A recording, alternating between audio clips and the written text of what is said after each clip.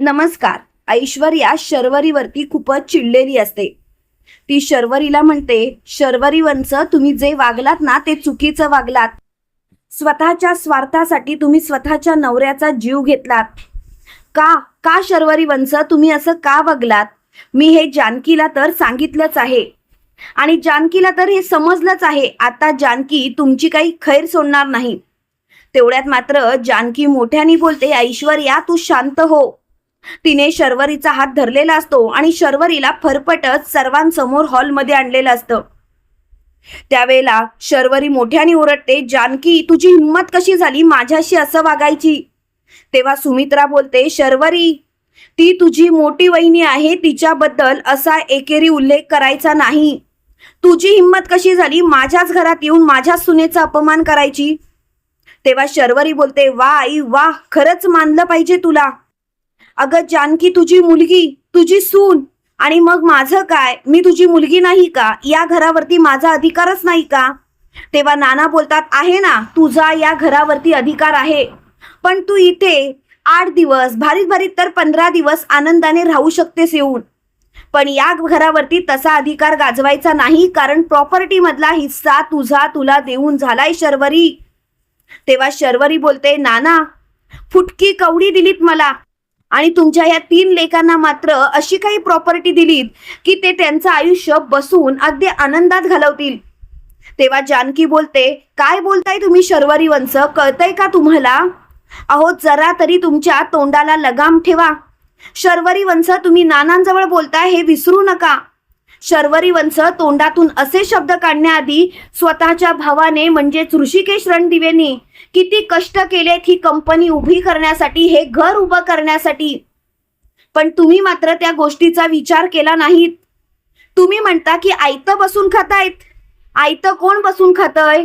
शर्वरी वंश, जरा विचार करून बोलत. तेव्हा लगेच शर्वरी बोलते, जानकी तू गप्प बस, तुला मध्ये मध्ये बोलायची काय गरज?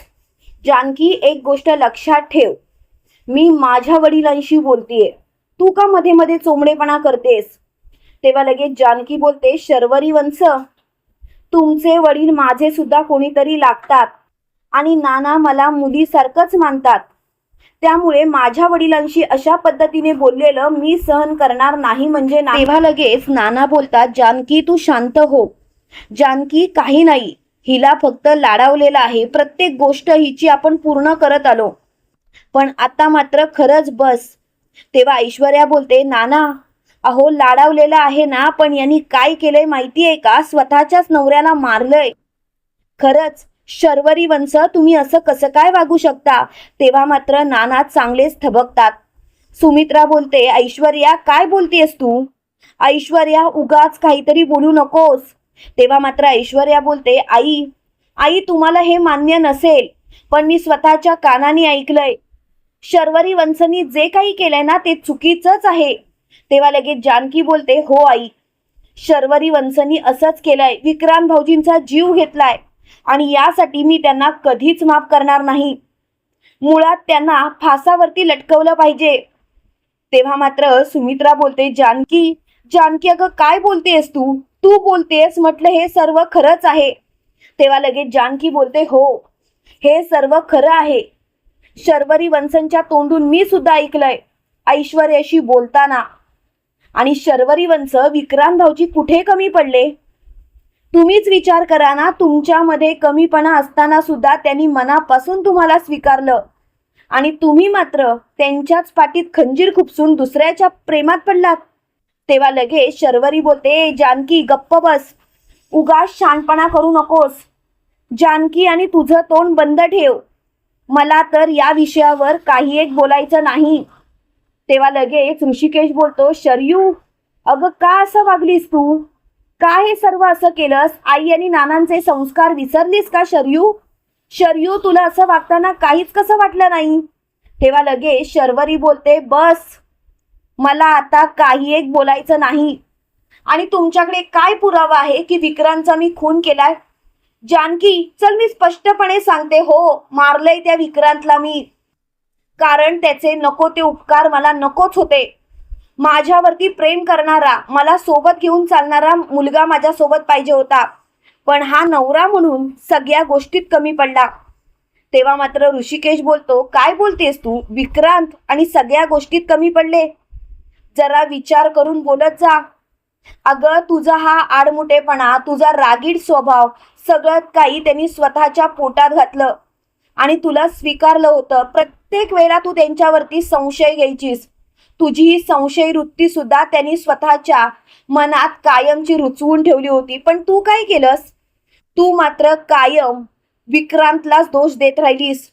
शरयू, आम्हाला तुझ्या सगळ्या चुका दिसत होत्या, पण आम्ही मात्र आमची बहीण म्हणून तुझीच बाजू घेतली, कारण विक्रांतच्या सांगण्यावरून. तेव्हा मात्र शर्वरी बोलते, ऋषिकेश दादा, तुझं तर राहू देत रे. तू तर बायकोचाच बैल, तू बायको सांगणार तसंच ऐकणार. तेव्हा मात्र सुमित्रा उलट्या हाताची सनसनीत कानाखाली शर्वरीच्या मारते आणि शर्वरीला म्हणते, गप्प बस. तू काय बोलतेस? तुला तरी कळतंय का? शर्वरी, अगं जरा विचार कर. स्वतःचं कुंकू स्वतःच्या हाताने पुसलंस. अगं, लाज कशी वाटली नाही तुला? शर्वरी, मला खरोखर तुला मुलगी म्हणायची सुद्धा लाज वाटते. हे संस्कार केले का मी तुझ्यावरती? हे संस्कार केले? शर्वरी, अगं बोल. चांगलेच पांग फेडलेस तू आमचे. तेव्हा मात्र शर्वरी बोलते, आई बस झालं. आता उगाचच नको तिथे शहाणपणा करू नकोस. आणि तसंही प्रत्येक गोष्टीमध्ये चांगुलपणा दाखवायची गरज नाही.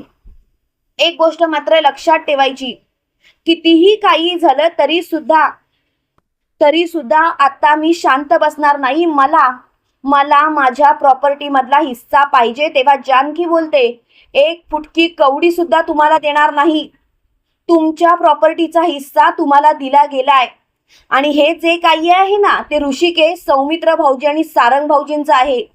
यामध्ये तुमचा अजिबात हिस्सा नाही म्हणजे नाही. त्यामुळे तुम्ही उगाचच नको तिथे शहाणपणा करू नका.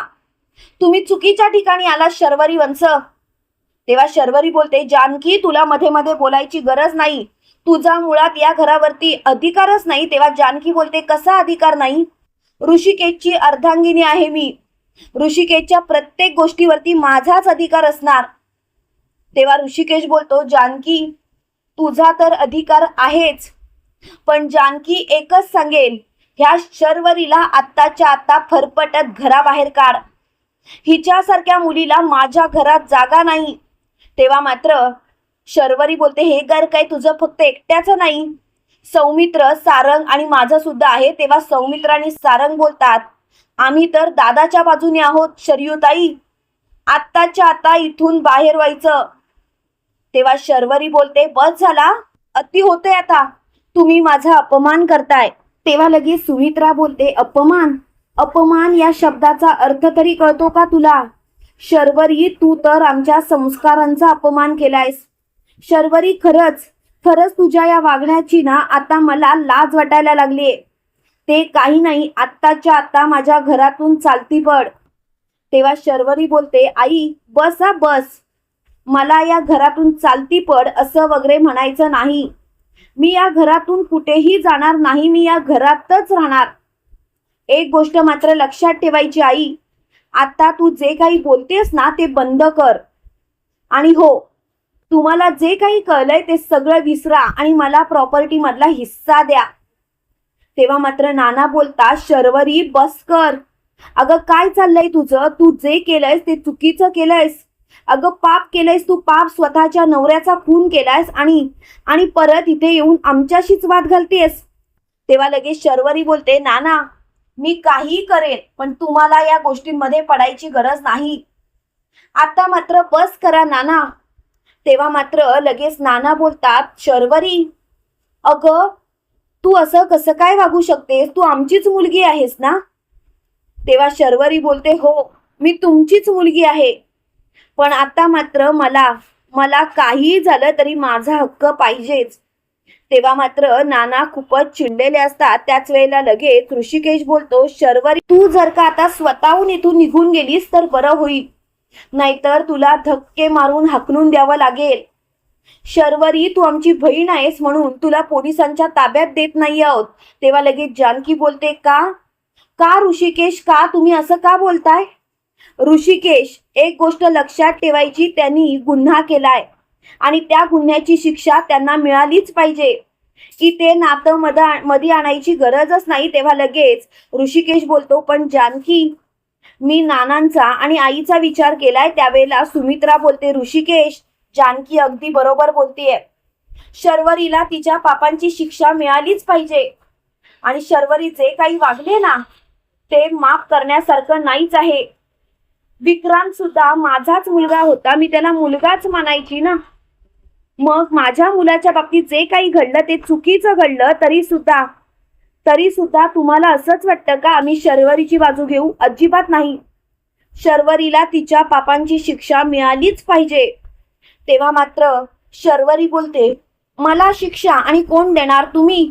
तुमची लायकी तरी आहे का मला शिक्षा द्यायची?